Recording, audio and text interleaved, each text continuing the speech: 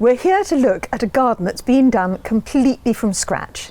When Joe and Simon moved in here, there was literally a square of lawn with some shrubs along the fence line. It's a new build house, it's about 20 years old, and the other thing about the garden that is slightly unusual is that it's a wide, shallow garden, and I'm often being asked about tips for a wide, shallow garden.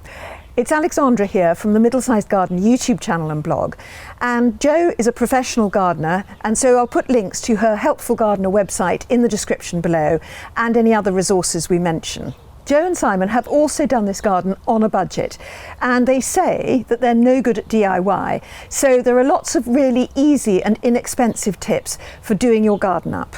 So Jo, tell me what this was like when you moved in. So when we moved in, it was mainly lawn, and the turf went right up to the fences. There were some shrubs around the edges, but they weren't very well loved, and some of them were too close together. We needed to move some, and there was a sort of paved area from the back door round to the garage, and that was about it as far as the garden was concerned. We've always had the backdrop of the Downs, which is lovely, but we moved in the September, and then it wasn't until the March that we actually started doing anything.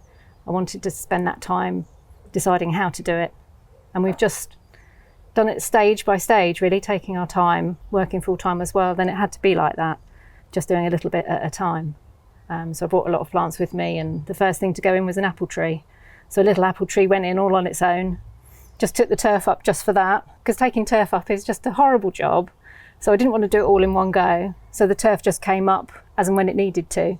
So sometimes it looked a bit odd, a bit of a strange shape just to fit the plants. This is quite an interesting diagonal design. So Yes. Can you tell me when you decided and how you decided that?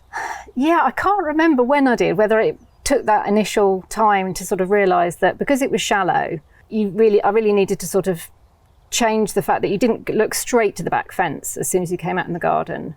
There's not much about, when you sort of research garden design, there's not that much about shallow gardens, but sort of having known a few sort of design tricks, I just thought, well, if you set it on the diagonal, you're going to divert the eye and it won't go straight to the back, but it'll just give you that little bit of interest. And then painting the fences black would help them recede. So the depth looked a bit more than it actually was. And what's quite nice is that the fences are just a slightly off black, partly because it's coming through, and that I think is slightly better than a black, isn't that right? Yeah, and it just, as well as it helping them to recede, the plants really look good against it, so they really show up against the black. So it had always been a decision to do that. I think my mum had painted her shed black a la Derek Jarman years ago, and at the time people were like, oh, what are you doing painting your fence black? But it just looked, her shed, and it looked brilliant. What about the pavers? You said that they were the original ones were quite tricky, weren't they? Yeah, so there were some very heavy, big, oblong paving slabs that led from the back door to the garage. And we wanted to increase the seating area outside. And because we were setting it on the diagonal, then they didn't fit in with that plan. So we lifted the paving slabs up. We had an awful lot of gravel, and that was an easy thing for us to do. We're not very good DIYers, we're very basic in our skills. So I bought one of those giant grab bags, and it was during lockdown that it came. You wouldn't believe how excited you could get out of a delivery of gravel. So it went down really quickly because I was just so ready for it, and it just made such a difference. And did you put it just straight onto the soil? No, I did put there's some underlay down there. I don't usually use it around any plants, so I find that's really difficult when you're actually digging, but under an area that you're never going to plant in, it makes sense to use it then. In terms of the planting and keeping the costs down, you brought some plants from home, and what about the other plants? So a lot of them have come from friends and family. So I can see I've got a tree peony someone gave to me as a small little cutting many years ago. It's still yet to flower. I'm still hoping it will. Other things sown by seed. You have to be patient, that's the only thing. If you're going to be, taking cuttings from other people are giving you little divisions and sown by seed, you just got to be patient. And also plants that people don't want anymore. I thought, yeah, I'll have that. That'll fill a space. I'll find somewhere for it. And the front garden is really full of a lot of plants that people didn't want. So it's quite an eclectic mix in the front. Whereas here, I really designed it with a particular colour theme in mind. My initial design changed. I was going to have more paths in the actual garden. And so they were lawn to start with, and we were going to dig it up and put paths. And I thought, actually, it works with the lawn. We'll just keep it with the lawn, because we were going to have a tiny little bit in the middle. So the design has just sort of changed as we've lived with it and realised what works. And did you sow the forget-me-nots? Because really what you've done is you've got masses of colour here from a whole load of forget-me-nots, plus the euphorbia and then the ballerina tulips. Yeah, so the forget-me-nots, I'm pretty sure I got the plants originally from my mum. So it's just a few plants to start with, and they've just self-seeded. And then if they pop up in my pink and purple border, I take them out. And then the euphorbia, I had euphorbia in my old garden, and you could hear them in really hot weather. You can hear the seeds popping, and they would self-seed all over. So I collected those, and they've grown up into plants that I could then bring here. So unfortunately, I did learn that you can't split a euphorbia. I tried this last year and it didn't work. Oh right, so you can't dig it up and separate it out and put one clump somewhere else? No, so I thought, well, I'll try this, because it had got really woody. And I thought, well, this can work. I looked it up. I couldn't find anything on it, and that's obviously why, because it doesn't work. And you've got lots of lovely touches, which either are DIY or sort of like charity shop or upcycling. I think what is really interesting is the edging you've used on some of the borders. So the wine bottles. Yeah. So when people come to the garden, they immediately think that we drink an awful lot of wine. We don't. I just have to say that. They did come from a lot of other people. But I found the idea, like with most ideas, you find someone else has done it. And I was working in a client's garden, and it was quite overgrown. And I was weeding an area by the edge of a path, and I uncovered I said, oh, there's some wine bottles under here. And she said, oh yeah, that was the edging. And I thought, that's a great idea. So yeah, I stole that one. Are the wine bottles completely sunk in as whole wine bottles dug in? They're not, you didn't sort of have them cut with No, it's really easy. The most annoying part about the whole process is having to get the labels off. That's the trickiest bit. But otherwise, they went in really quite easily. They've stood the test of time. They've been in for a number of years now. And the brick edging you've got, did you manage to get bricks from somewhere? Yeah. Yeah, again, it was another client who had a whole pile of bricks that they weren't using. There was a whole area they were clearing. It was just a bit of an experiment, really, trying to create a separate bed for the vegetables and mark it so it did stand out a little bit. So a decorative edge, but also raising it up a little bit.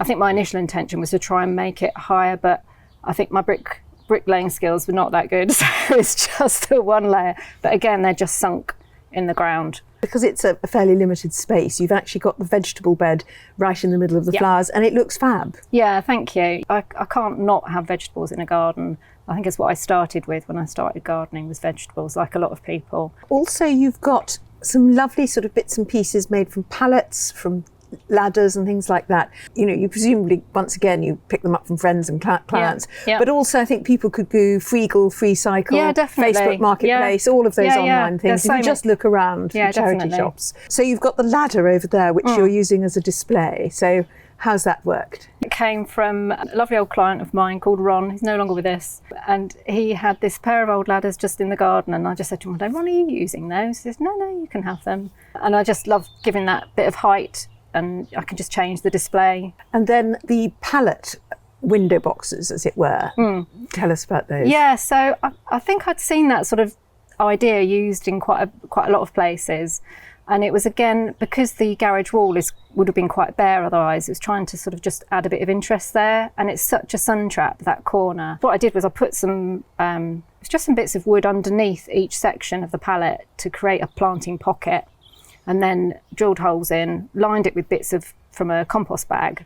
And then originally I had strawberries planted in there, which looked really pretty, but because it's such a sun trap, they dried out far too quickly because they're so shallow. So the strawberries have come out and there's succulents in there instead, which are far happier. It's quite wildlife friendly as well. You've got this little pond, and also I've just seen, is it 2 hanging baskets together to turn into little insects? Yes, that's my bug ball. I mean, when we first came here, because it was so empty, you didn't get any wildlife in here at all. And that was one of the key things, was we need to bring the wildlife in. We have a lot of birds. We have a bird box that's used every year. It's the sparrows every year now. And we always wanted to have a pond. So the pond went in a couple of years ago. We had a couple of little frogs in there last year, but it's also just used by birds. Because it's a really shallow wildlife pond, they'll come in and they can drink from the edges. My brother had put a pond in his garden, and he had some liner left, and actually just the right amount for us to have a small pond, so that was perfect. And the bug ball. Yes.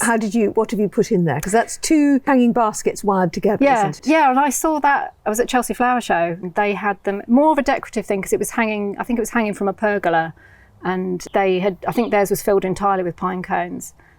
So mine's filled with pine cones, bits of bamboo, other bits of wood. The pine cones obviously look the prettiest. And I've done a couple of workshops with people and they've made their own, because people always seem to have hanging baskets lying around. You get to the state where you think, oh, hanging baskets, they're not worth the effort, or they dry out too fast, or, so everyone has them lying around.